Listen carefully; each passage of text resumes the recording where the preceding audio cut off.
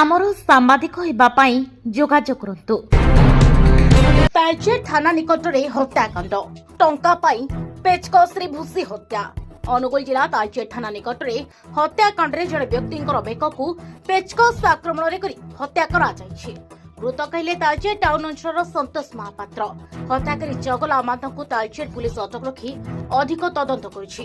ସୂଚନା ଅନୁସାରେ କିଛି ଦିନ ପୂର୍ବରୁ ହତ୍ୟାକାରୀ ଚଗଲା ମାନ୍ତ ମୃତକ ସନ୍ତୋଷ ମହାପାତ୍ରଙ୍କୁ ଏକ ଭୋଜିରେ ଚଗଲା ମାନ୍ତଙ୍କର 7,200 ଟଙ୍କା ଚୋରି ହୋଇଥିଲା। ସନ୍ତୋଷ ଟଙ୍କା ଚୋରାଇ ଆଣିଥିବା ଚଗଲା ଅଭିଯୋଗ କରିଥିଲେ।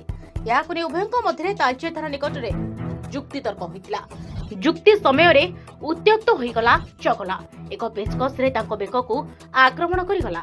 ଖବର ପାଇ ପୁଲିସ ଘଟଣାସ୍ଥଳରେ ପହଞ୍ଚି ଘଟଣାସ୍ଥଳରୁ ସନ୍ତୋଷକୁ ଉଦ୍ଧାର କରି ସ୍ଥାନୀୟ ମଣ୍ଡାପଳ ଚିକିତ୍ସାଳୟରେ ଭର୍ତ୍ତି କରିଥିଲା। ଡାକ୍ତର ସେଠାରେ ସନ୍ତୋଷକୁ ମୃତ ବୋଲି ଘୋଷଣା କରିଥିଲେ।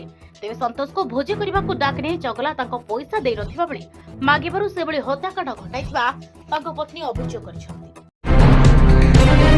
PRGI ସ୍ୱୀକୃତିପ୍ରାପ୍ତ ଓଡ଼ିଆ ଖବରକାଗଜ ଖବର ପଛର ଖବର ଏବଂ ଆମ ଡିଜିଟାଲ ପ୍ଲାଟଫର୍ମ ସୃଷ୍ଟି ନ୍ୟୁଜ୍ ଓ ପଲିଟିକାଲ ଖଟି ପାଇଁ ଓଡ଼ିଶାର ସମସ୍ତ ଜିଲ୍ଲା, ବ୍ଲକ, ମହାନଗର ନିଗମ, ମ୍ୟୁନିସିପାଲିଟି ଓ NAC ଅଞ୍ଚଳରେ ସାମ୍ବାଦିକ ଆବଶ୍ୟକ।